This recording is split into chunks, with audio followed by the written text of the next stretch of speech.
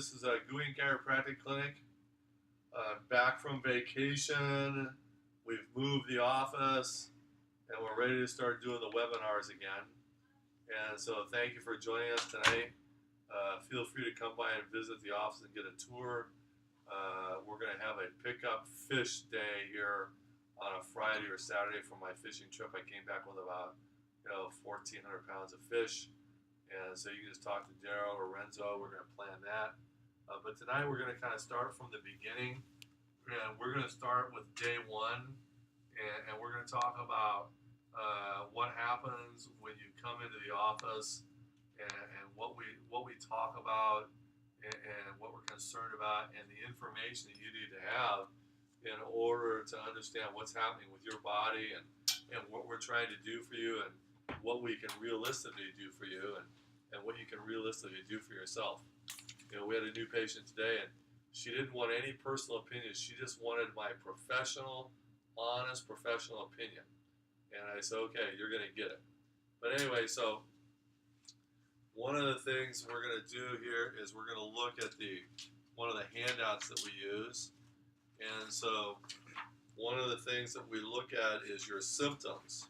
Okay, so when you come in, we end up having you fill out a health history and a symptom survey form.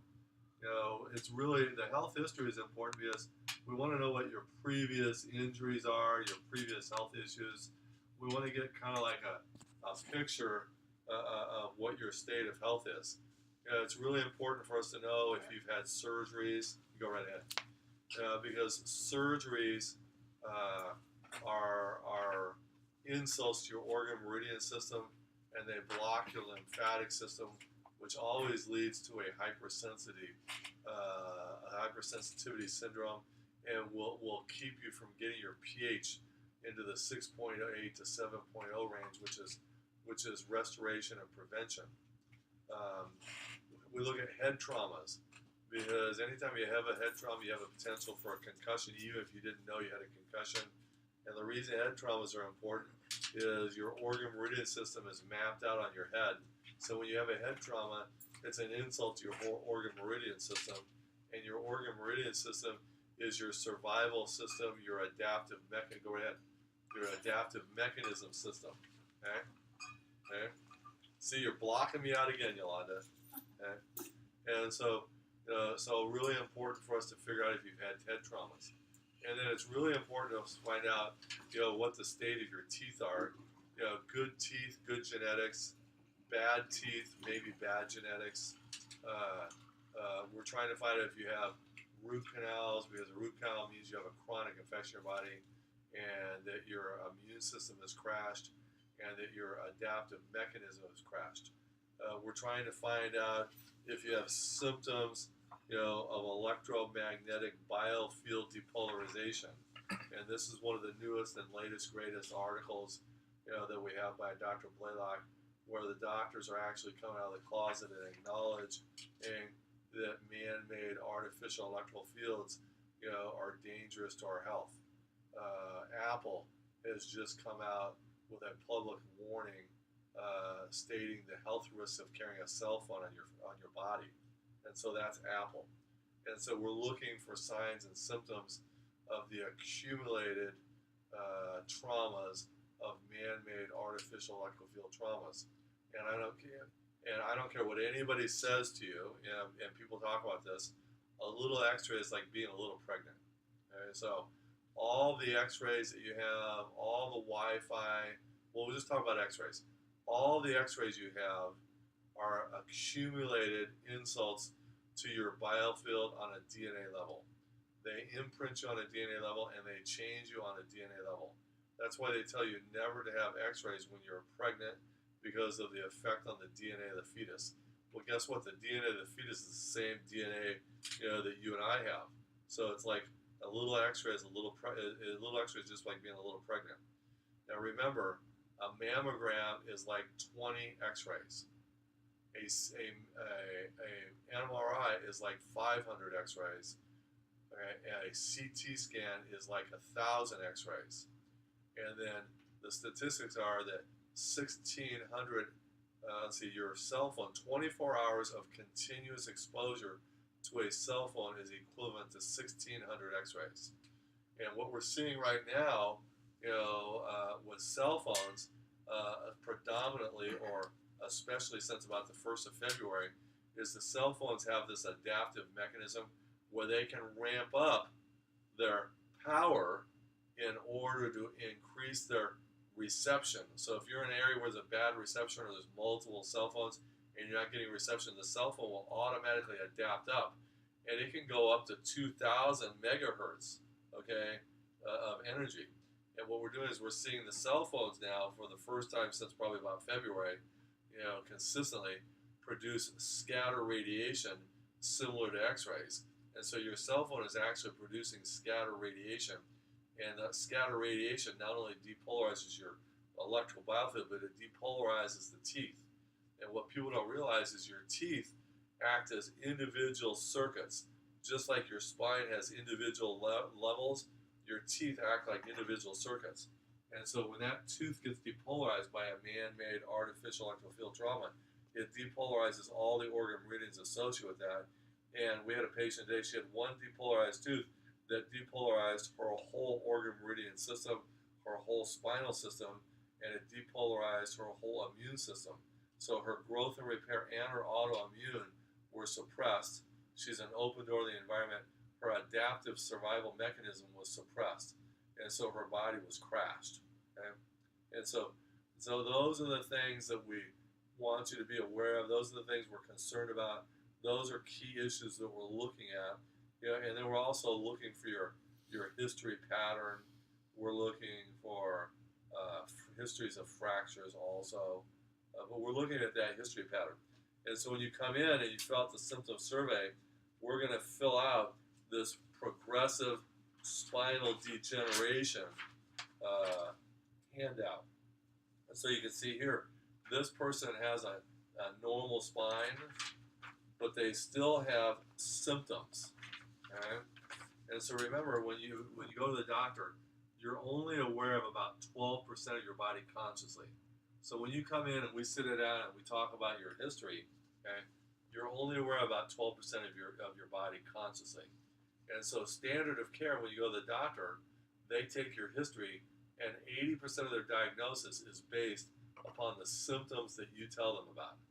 So remember, if you're only aware of 12% of your body, the doctor's making 80% of his diagnosis based upon that 12%. There's not a very good chance that he's going to get the right diagnosis. Okay? And so please keep that in mind. So we have to have some way, to bypass your symptoms and get to your subconscious brain, which is 88%, because we have to be able to examine you beyond your perception and find out what's happening on a subconscious level, 88%.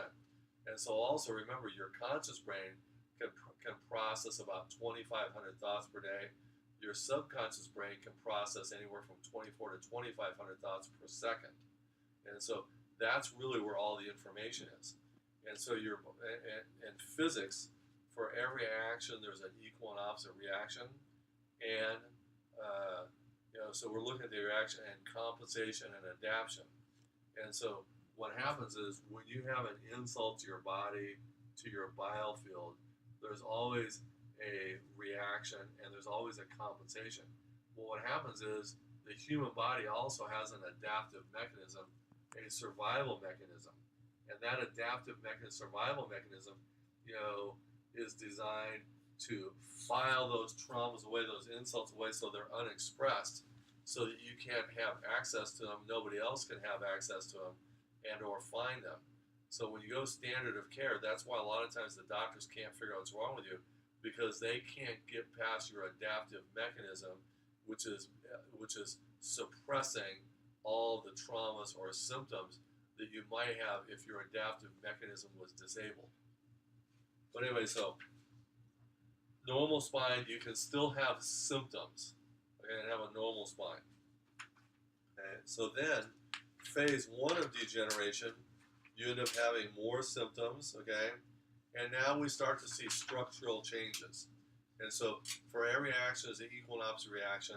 And so what happens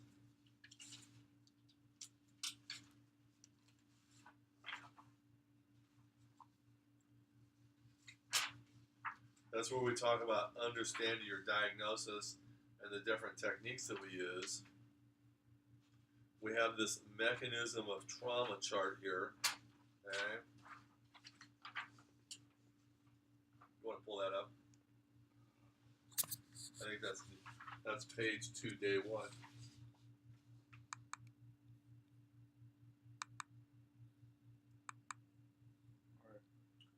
So a trauma, okay, is any event, any thought, any action, anything, okay, that has an energy greater than the energy of the body. And so that energy can overpower or entrain itself, this is a term they use in physics, into your body's electrical field, and it can depolarize your body's electrical field. It can change the polarity from a negative polarity to a positive polarity. Well, we'll talk about the chemistry later. But what that does is it creates a chain reaction. Okay? And so what happens now is that trauma will actually be imprinted or encoded into your DNA. It will then cause a chemical reaction. That's where we see your pH change. Right? And depending on the accumulation of traumas and the types of traumas, you'll see your pH crash and go 6.0. And that's what Dr. Marshall, my mentor, calls, dead man walking syndrome. But then what happens is your organ meridian system will go into adaptation mode, and you'll see a change in your organ meridian system. And then you'll actually see a change in your physical body. Your equilibrium, your center of gravity will change. The position of your head will change. Over 100 different joints of your body will change spontaneously. And your cranial bones will actually change also. That we call that the bowling ball syndrome. And then your organ meridians, okay, and your spinal nerves are all connected to the teeth. Every nerve in your body goes through your teeth. And so when you have a man-made artificial electrical field trauma, that's the one that's really the most important one, especially right now when you consider that at any one time in Orange County, you have over 1,000 cell phone towers within a 5-mile radius of you. Scatter radiation, microwave radiation, Wi-Fi radiation will always depolarize your teeth. Well, when you depolarize your teeth, it reverses this mechanism and it crashes your body's spinal mechanism, organ meridian mechanism, and it crashes your adaptive mechanism. And then when you crash your adaptive mechanism, that's when you have symptoms that are full-blown and won't go away no matter what you do, and nobody will be able to figure out what's causing those symptoms. And so, again, that's why we take a look at the symptoms, and in here in phase 1, we start to see normal nerve function not possible. Well, so then in phase 2, we start to see chronic health problems. We see chronic bowel trouble, exercise does not alleviate pain. The things that you used to do for pain relief don't work anymore. Insomnia, so we start to see trouble sleeping. And you'll see us ask you, at what time do you wake up, in the mornings to go to the bathroom? So when you're waking up in the morning to go to the bathroom, that's a sure sign that you've got a chronic infection. But we ask you what times in the morning you wake up. So the times associated with your organ meridian system, 11 to 1 is gallbladder. So that means your gallbladder adaptive mechanism has crashed. From 1 to 3 is liver, 3 to 5 is lungs, and 5 to 7 is large intestine. And so when you start having health problems, the last thing that goes is your sleep. And unfortunately, the last thing that comes back is your sleep. So sleep is an indicator of a severe disease process, the beginning of a severe neurodegenerative process. Okay? Skin conditions. Remember, your skin is your third kidney. And then we go into phase 3, all right? And we start to see nerve failure. This is the beginning of the findings of neurodegeneration.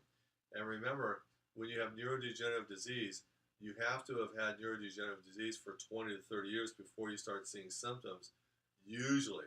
Now, we will see people come in and they will have neurodegeneration and symptoms spontaneously, but that's only about 10 to 20% of the time. 80% of the time, it's a degenerative process, and you need to have it for 20 to 30 years. And that's why a symptomatic approach won't work when you start having symptoms, because they're symptoms of neurology.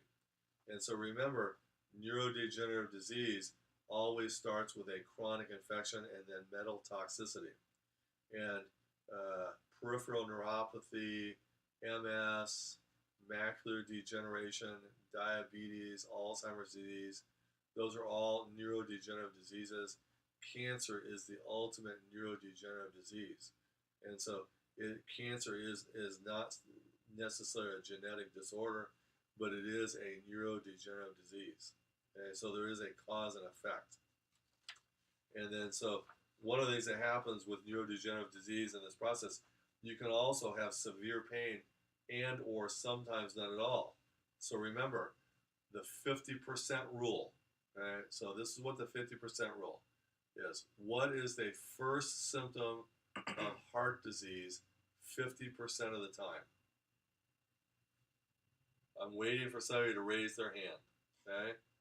Oh, nope, that's not the right answer. So 50% of the time, sudden death. Okay? Heart disease, sudden death, 50% of the time. No symptoms, no findings, 50% of sudden death.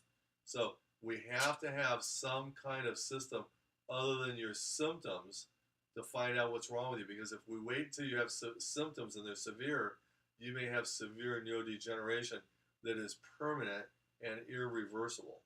Okay? You may have teeth that are damaged, and we examine them, they're dying, and you have neurologic damage in your teeth on an organ meridian level, and the damage is not reversible, and now you're forced to go to the dentist and have major dental work or have the teeth removed or pulled or replaced.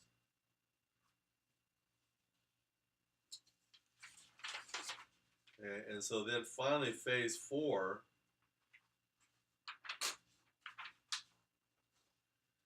constant severe pain, need for prescription pain meds, nervous system failure, nerve transmission is lost, bone loss.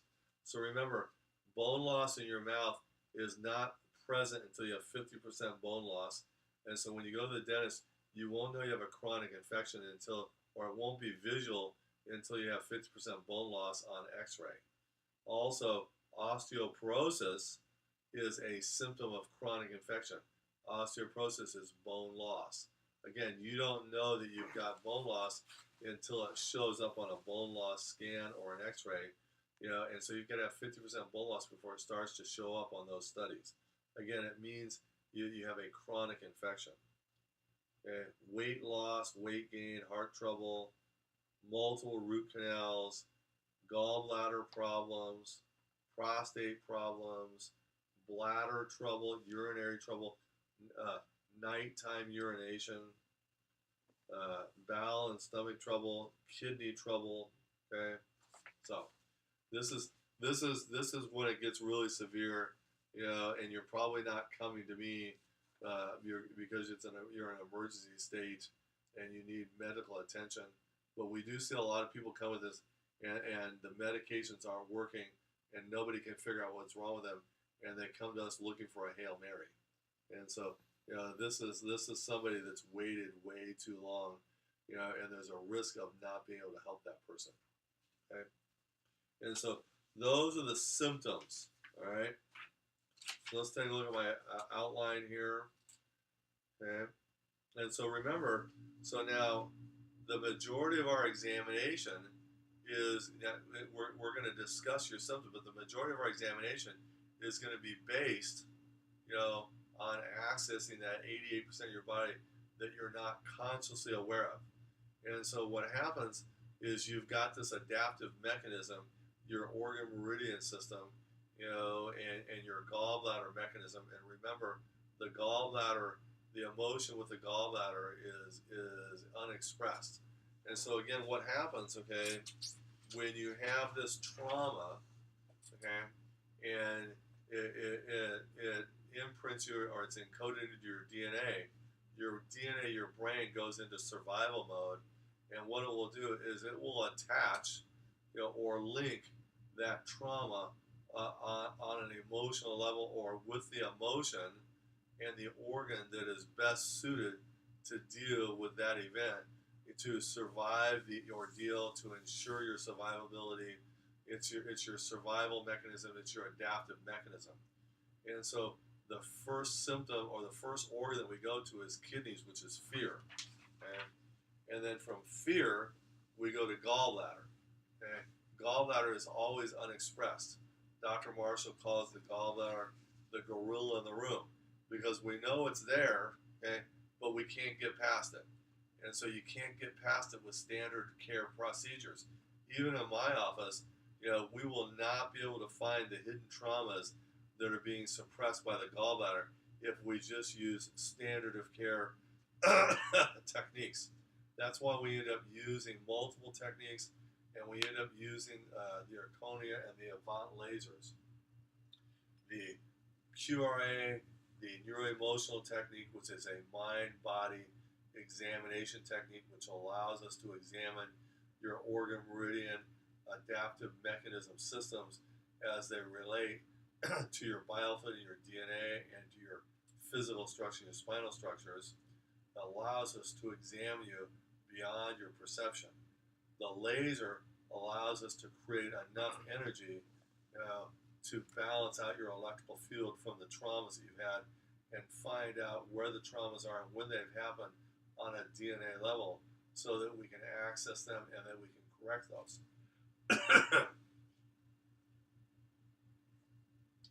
And then the lasers, in the last November, December, January, February, March, April, May, June.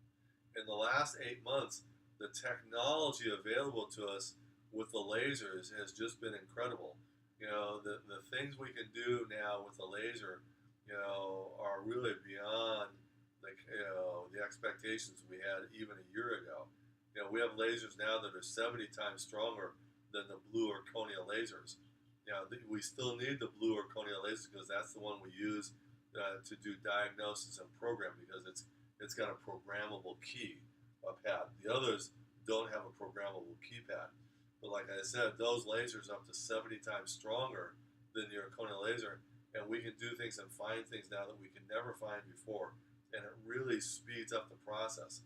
I mean, we knew they were there, we just couldn't get past the body's adaptive mechanism.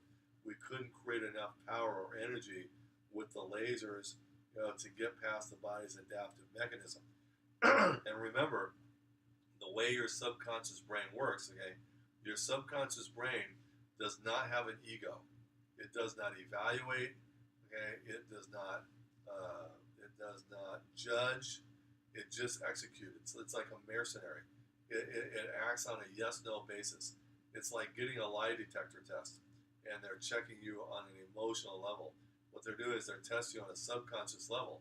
They're accessing your subconscious brain. They're asking you yes-no questions, and they're looking for your response on a non-verbal level because it's always going to show up, on a subconscious level. And so what we're doing is we're trying to access that subconscious brain, so that we can find out what the hidden traumas are beyond your perception, when, where, and how. And so that's why you'll see us use the QRA, the muscle testing, the NET, and the laser simultaneously so that we can bypass the body's adaptive mechanism, the gallbladder, so we can get to the root issues of what's really causing your symptoms. And when we do that, then it also speeds up the correction process, but we're not going to get into that right now. Okay, so survival, adaptive mechanism. What are we doing there? Okay. Artificial traumas, deposed teeth, eyes. Okay, so now we want to talk about man-made artificial electrical field traumas again, and the adaptive mechanism. So the brain reflex, okay, the eyes, the teeth, the pineal gland reflex, the parathyroid, the thyroid are highly susceptible to man-made artificial electrical field traumas. So the teeth, you have 18 different teeth that go to the eyes. The the eyes reflex to the pineal gland. The pineal gland reflexes back and forth to all of the teeth. So when we look at this,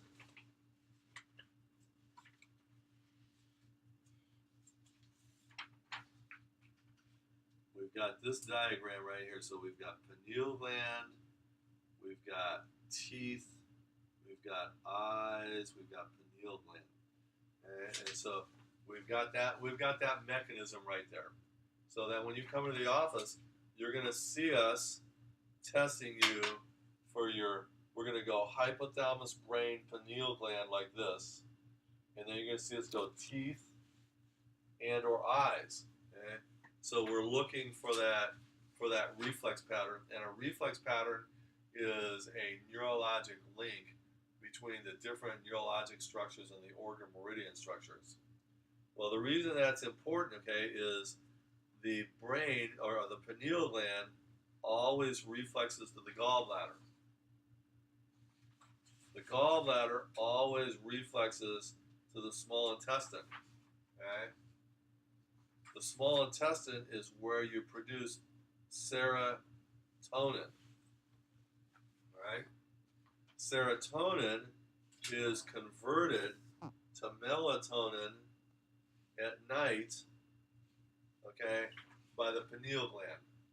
Now remember, you have more nerve endings in your intestine than you do your brain, brainstem, and spinal cord. And so what happens is when you have a man-made artificial electrofield trauma that depolarizes your teeth and or your pineal gland, it automatically crashes your adaptive mechanism with the gallbladder. And that's where you'll see people come in and they've got multiple symptoms that won't go away and nobody can figure out what's wrong with them because their adaptive mechanism has been crashed. That's why man-made artificial electrical fields are so dangerous, because they depolarize the teeth, which reflects to the pineal gland. And as long as the teeth are depolarized, we're not going to be able to reset the pineal gland, we're not going to be able to reset the gallbladder, and you're not going to be able to have symptomatic relief. If nothing else, if we reestablish the gallbladder connection, the adaptive mechanisms, then you're going to see a change in your symptoms. That doesn't mean we corrected what was wrong. Okay? You still have the underlying root issues, but at least you're going to have symptomatic relief, okay, in a way that you haven't been able to get using standard of care medical approach. Now, the other thing that happens is, so we said the parathyroid was also highly susceptible to man-made artificial electrofield traumas. Well, the parathyroid always reflexes to the kidneys. Okay? Well, the kidneys always reflex to the sacrum and to the second vertebra in your neck. The second vertebra in your neck is eyes, okay, and pituitary gland. Okay? So the pituitary gland, we're going to come back to that. All right? But so kidneys always support the teeth. So the parathyroid kidney relationship always supports the teeth, which then is related to pineal gland and gallbladder also. And so now you've got two issues you need to take care of in order to restore your adaptive mechanism and the gallbladder mechanism. So that's why we have to examine those organ meridians and those pathways and those reflex patterns. And that's why when you come in,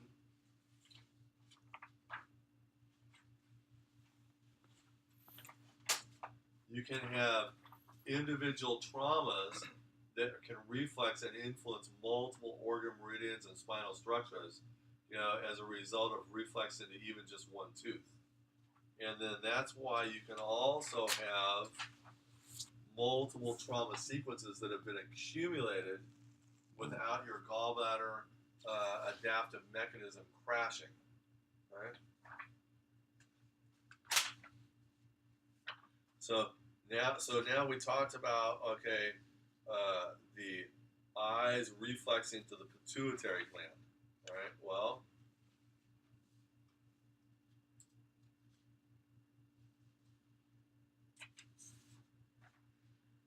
pituitary gland is stress reaction and brain and C2, okay, right there.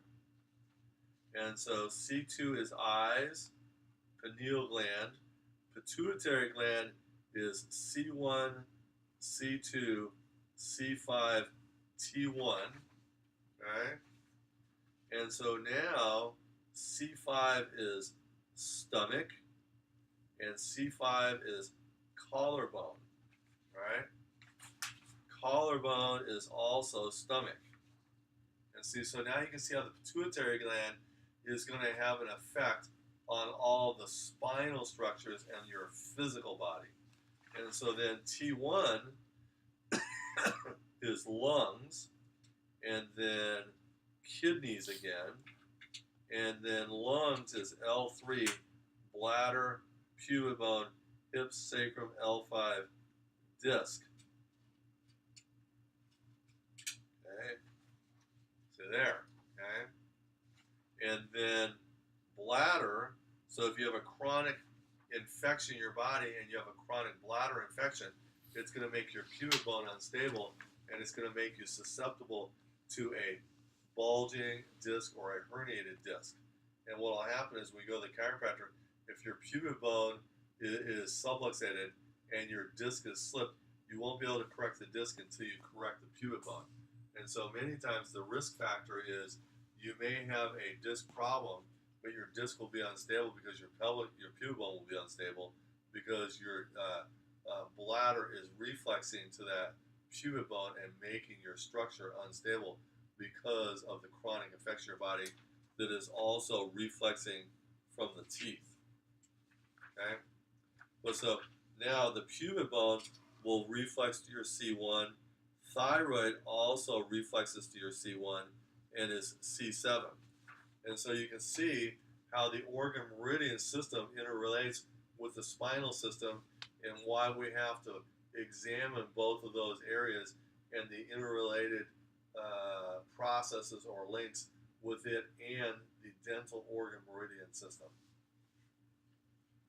So if you have any questions right now, you may want to take a moment to write those down before I continue.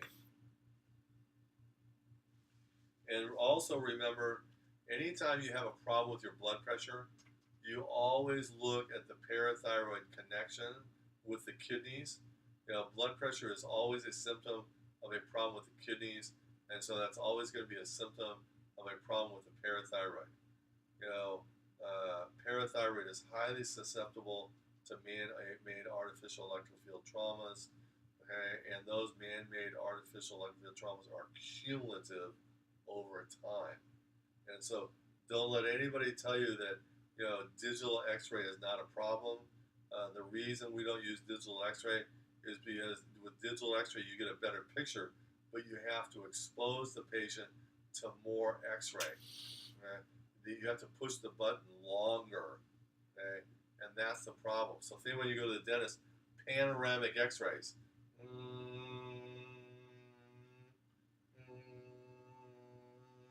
The x-ray machine is on, you're being radiated all that time, okay? So remember, a little x-ray is like being a little pregnant, okay? So a lot of times you'll come into the office and you won't realize the significance of different issues that you've experienced or been exposed to in your life and the cumulative effect on your body, even though you didn't have symptoms.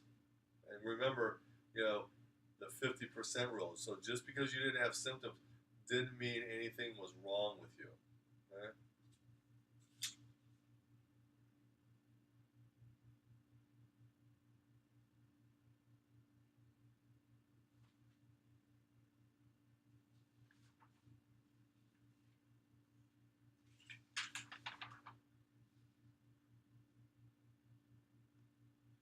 And so I just want to emphasize, you know, again, you know, one of the biggest health risks we have right now is the problem with cell phones becoming depolarized, okay? And that happens with what's called induction, and we have some handouts on that. But when those cell phones become depolarized, they start to produce scatter radiation. And so scatter radiation, when you have an x-ray, only 1% of the x-ray actually shows up on the film. 99% of it is scatter. So when you go to the dentist and they're taking dental x-rays, 99% of those x-rays scatter throughout the office. So you can actually get radiation poisoning at your dental office. You can get scatter radiation poisoning at the hospital because they're taking x-rays in the hospital rooms without proper shielding. So 99% of the x-rays they're taking, are scatter, and they go right through the drywall. Okay? Scatter radiation, at the airports, okay? Radar, those types of things. But right now, the biggest thing, health hazard we see, is the cell phones becoming depolarized and producing scatter radiation. And when that happens, it depolarizes all of your teeth, just like an X-ray would depolarize your teeth. And that's what crashes your adaptive mechanism. Okay? So, and then one of the symptoms of your body being depolarized and your adaptive mechanism being depolarized or crashed is a low pH. So if you have a pH of 6.0 that will not come up no matter what you do with your diet or your nutrition, you know that your adaptive mechanism has been suppressed. Okay, you're in dead man walking syndrome, and the only way you're going to get your pH back up is to restore your adaptive mechanism by restoring your biofield on a DNA level. And so next week we're going to talk about the different techniques in detail that we use during your examination process, understanding your diagnosis, QRA and muscle testing, neuroemotional technique, laser examinations. We're going to do demonstrations, and we're going to be tying it all in together on your first visit examination. So, any questions? We have a couple. All right. So the first one is, if I only wanted adjustments without any QRA, is that possible in your clinic? Yes, it is. You want to talk about why you would still need QRA and stuff? Well, so when somebody comes into the office, so we had a new patient today. Okay, she wanted my professional opinion. She did not want a personal opinion, and so my professional opinion also included the expectations and risk factors. And so if somebody comes into my office and they want an adjustment, okay, I'm still obligated by the state. So we have state board requirements. I'm still obligated by the state board to do an examination on you and take your blood pressure. Okay? So let's say your blood pressure is dangerously high. Okay? Well, there's a possibility that if I adjust you, it could relieve pressure on your arteries and your blood pressure would go down. But depending on how high it is, there's also a risk of me adjusting you and you have an adverse reaction. And so when somebody comes in the office and they tell me what they want, my job, okay, is to decide, can I give them what they want, and can I give it to them safely, and is there any risk for them, with what I'm going to do, or risk for them of not doing what they need to do, okay? And I need to give them informed consent of that. I need to give them that information. I need to inform them what their risks are so they can make, a decision that's right for them. It is not my job it's not my job to judge what they want to do. My job is to provide them with a healthcare benefit and minimize the risk for them to receive that benefit. All right, next question. Was that what you were looking for? More detail? Yeah, kind of. Next question. Is there a problem that can occur in the body that is not related to your electrical field? Well, so everything is related to your body on an electrical level. That's basic anatomy and physiology. Okay, so everything in the world, every thought, okay, is energy. Okay? So your body is actually a ball of energy. Your DNA, okay, is energy. Okay? And so they all have different energy quotients or different energy signatures, just like we all have a social security number. Now, about 3% of your DNA is genetic or set in stone and not dynamic, it's static. Okay? So, about 3% of the conditions that you see will be hereditary, okay? And they're still related to your body on an electrical level, okay? But you're not going to be able to do anything about them, okay? You're not going to be able to alter that 3% of that DNA. Now, the newest research that is coming out, okay, we know that you can reprogram your DNA.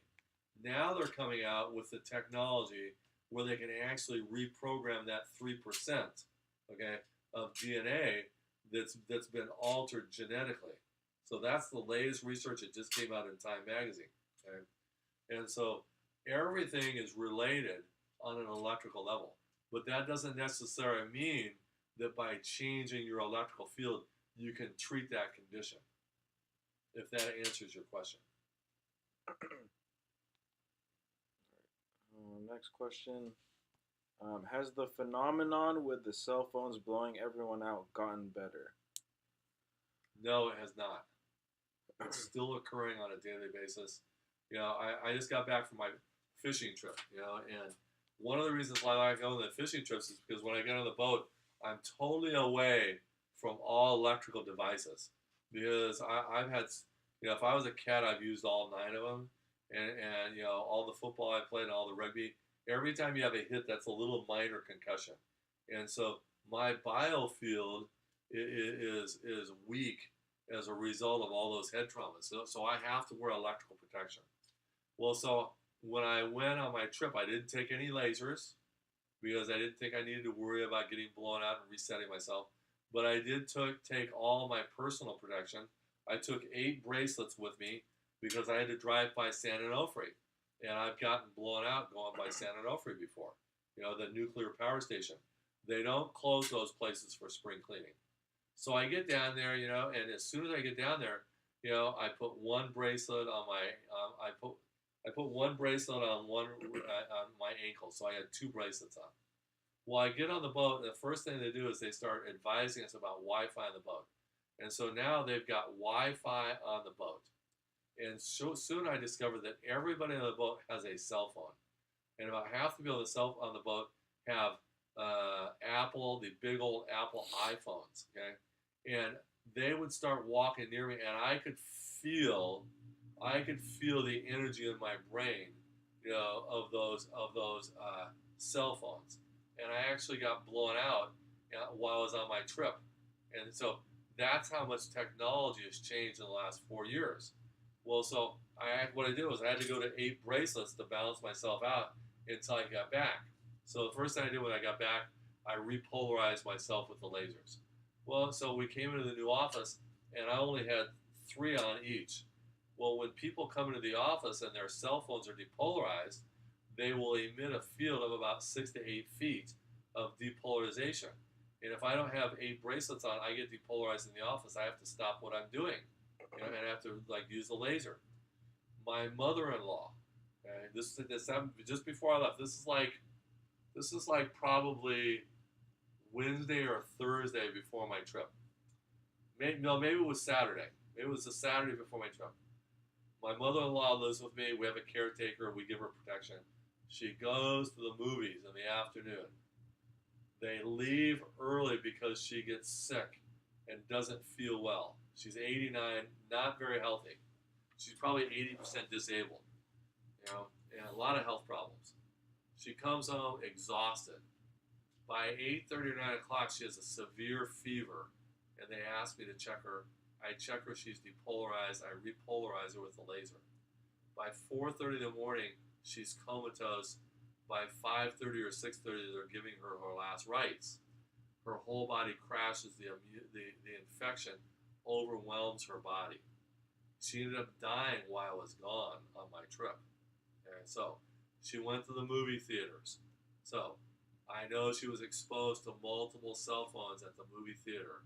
So this is still an environmental issue that we have to be aware of, and we're taking precautions, and we're showing people how to repolarize their phones and protect their phones and protect themselves, from the scatter radiation that's being generated by cell phones right now.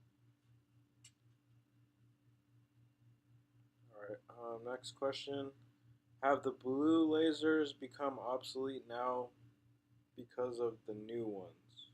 No, they have not, because the new ones are point and shoot.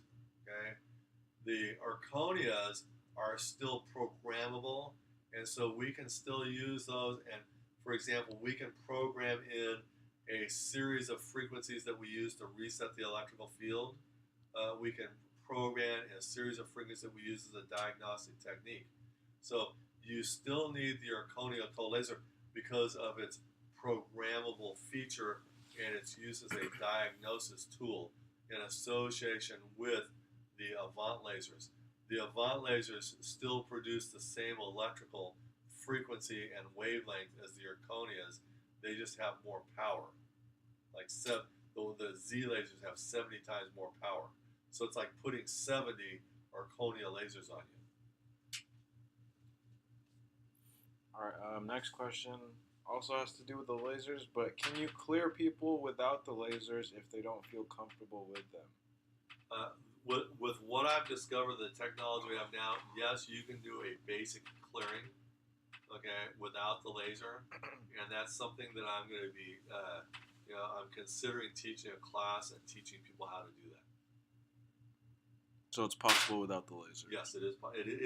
With the technology that I've discovered since my fishing trip, yes, it is possible. Okay. Now you can't clear it to the same degree you can with a laser, but you can do, you can do like a mini to moderate clearing. All right. Next question: have you seen people get results with limited use of the MudPack products and supplements? Yes. What would you term as limited? So that I don't understand the question. Well, no, this is kind of me asking, like, What? because I don't think they specified what kind of limited. So I mean, I would be saying like, Limited. I have seen people get great results without the MudPack procedure or the nutritional supplements. Oh yeah, that's what I think they were asking. Right. Yeah, I've seen people get great results, with just spinal adjustments. You got to remember, I was trained as a homeopathic chiropractor, and we treated sick people, not people with neck and back pain. And so when I first started in practice in '83, we didn't have cell phones, and there were only maybe 200 people living per square mile in Orange County. And I had a very big practice quickly because I could get sick people well. And so that chiropractic homeopathic approach still is very, very effective. Matter of fact, it's incredibly effective. It's your go-to technique. Now we just have to worry about more environmental factors that are influencing us on a DNA level that we never had to worry about, which is called epigenetics. Okay, so we have more epigenetic environmental issues to deal with that make it more difficult to get dramatic results with a simple approach. But people do come in with really good genetics and really good adaptive mechanisms, and they get great results with just chiropractic and or rehabilitation and or minimal nutritional products. Next question. Why do you muscle test for decompression now when you didn't before? Before. Because I've improved my techniques. And so I had patients that were coming in and maybe not getting the results that I wanted. And so I decided I was going to start muscle testing them, for the decompression technique. Nobody ever taught me how to do that. They don't teach you how to do that when they sell you the decompression table. Okay? And so out of need, and one of the things that I do is, and that people on the boat saw me this, and I talk to my nephews, I journal every day. And so I'm constantly writing down my thoughts, my questions, and it's like I'm talking to myself. But what I'm really doing is I'm talking to my subconscious brain. I'm talking to it, and letting it know that I need help. And then my subconscious brain will wake me up at 3 o'clock in the morning, or when I'm calm, it'll give me this aha idea and go, something, you should call this person and talk to them. And I'll write I'll just get that sudden thought, and it may be my subconscious brain, it may be God, it may be the universe, but I get this I get this thought, okay, this impression, and I'll write it down and I'll follow through with it, okay, and so doing that process, I write down, how can I do a better job? I'm concerned about this, and then that was easy. Why didn't I think about that before? So it was just too simple, and we weren't doing it, and now that's why we do it, because it allows me to provide a better service, a more specific service, and know when and when not to, do the decompression table. All right. Last question.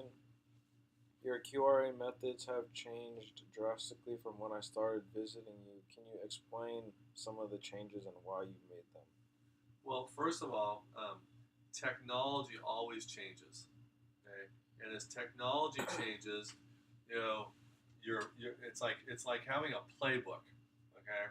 So if you're a football coach, you have a playbook and you have plays you want to run, but you've got a quarterback that can throw the ball 80 yards, but you don't have a wide receiver that can run 80 yards fast enough for him to throw in the ball without him getting sacked by both the defensive ends. And so you have this playbook and you have these plays, but maybe you don't have the personnel or the technology to use the whole playbook. So with QRA, you have an unlimited playbook. Okay?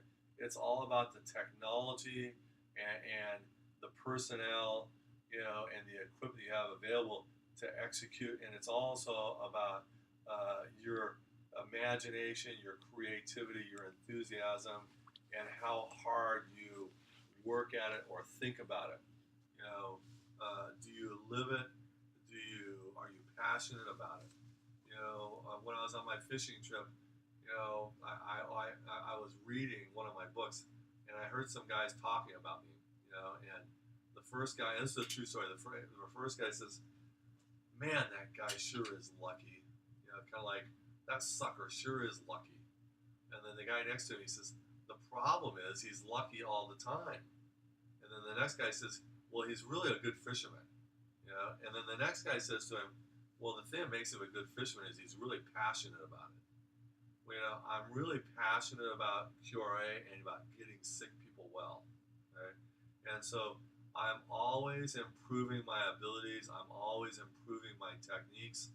Patients are always coming in and giving me information, that I end up consuming, digesting, and my subconscious brain spits it out and said, well, did you ever think about doing this? It's like, oh, never thought about that. So here I am at the old building, all right? So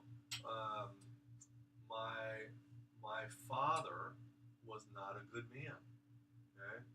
Well, so Dr. Koh has done tons and tons and tons and tons of curing NET, for men like my father, okay? Well, so anyway, so I thought I was done with that, right? Well, so the beginning of the first of the year, we sold the building to a rehab clinic, and the first of the year, all these patients started coming in, all these addicts, okay? Well, so about the end of January, about the beginning of February, I wake up at 3 o'clock in the morning, and I go, oh, every time somebody walks in the building, my dad's walking the building, because you've got all these alcoholics walking in the building. Well, Dr. Koh and I never thought to test me for alcoholism. Okay? It's a semantic. It was too easy. My father was an alcoholic, he was a severe alcoholic. Never went there. Maybe I didn't go there because I didn't want to. Maybe I wasn't ready. Maybe I didn't have the courage for it. Maybe intuitively I wasn't ready. Who knows? But all of a sudden, my subconscious brain wakes me up at 3:30 in the morning and goes, gooing, alcoholism. All those people that are walking the building are alcoholics. And so every time somebody walks in, your dad's walking the building. And so, Dr. Cohen, I had to start checking for alcoholism. Oh my God, when we did that, my body blew up on me. I mean, it just blew up. So I know I didn't go there because I wasn't emotionally ready to deal with it, probably. So anyway, it's a journey, it's a process, okay? And so you're always working on developing your process. And as technology changes and the change, you have to come up with new solutions. So, for example, before Fukushima, we never tested for radiation toxicity. Never. Dr. Marshall never taught it, never discussed it. Fukushima happens.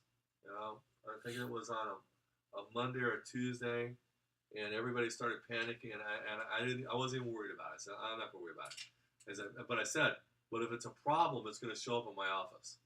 Well, by Thursday, people were coming with bloodshot eyes, dizziness, headaches, and their whole physical profile was shifting. Okay? People came in that had been patients for years, their whole pattern was off. It was shifted, and I couldn't figure it out. So I knew there was something going on, man-made artificial electrical field traumas. So I got on the phone with Dr. Marshall to tell you, and I said, well, what are these? He says, well, living on the West Coast, man, you're screwed, he said. That's why I moved to Texas. But we had to start working on developing a program to deal with, or a technique or an approach to deal with, man-made nuclear artificial electrical field traumas and the metal toxicity associated on a radiation level with our bodies. We never tested it before that. We had to develop the protocol as a result of what we saw in the environment. And then guess what? We started seeing other patients that had radiation trauma and radiation toxicity before Fukushima that we had never tested before. Okay? They had chronic problems that had been difficult to resolve. And now we were resolving those problems. Anyway, I hope that answers your question. Did that answer the question, Daryl? I think so. Okay. And more. And more? Okay, good. But that was all the questions, so you can wrap it up. And if you want to discuss that more, feel free to take advantage of the Talk to the Doctor program. You can always reach me at home, 714-731-5997. My email address is michaelgooing@cox.net. You can email me a request to talk. Just send me your phone number. And I always do those at night because I'm not on a schedule, and I can just sit down and I can have a conversation with you without somebody waiting for me, or something that I need to do. But and remember, the patients who get the best results test their pH and email me the results on a weekly basis and communicate with me 40 hours before their appointments when they're coming in less than once a week so they can maintain contact with me, and that way I can have a plan for them when they walk in the office or change the plan based on what their conversation with me during the Talk to the Doctor program is. And I do call those patients and I do discuss their case with them at night before they come into the office. So I'm waiting for them instead of them waiting for me. That's the football player in me. I watch my game film. I work my game plan. I know what's going on before, I see the patient. The 49ers, when they started winning, they always scripted the first 14 plays of the game, regardless of what the defense did, because they wanted to see how the defense was going to react to what they did on those plays so they could execute the game plan the last 3 quarters of the game. Okay? And so I learned that playing football. So thank you very much. Next week, same time, 6 p.m., and we're going to continue talking about day 1 and the specific examination techniques and procedures and tools that we use to examine you and find out what's wrong, piggybacking off of your symptoms. If you want any of the handouts from tonight, you can email gooingchiropracticclinic@gmail.com. And also, if you have any questions about the webinar, you email that same email, gooingchiropracticclinic@gmail.com. I think that's it. Good to go. See you guys next week. I like this.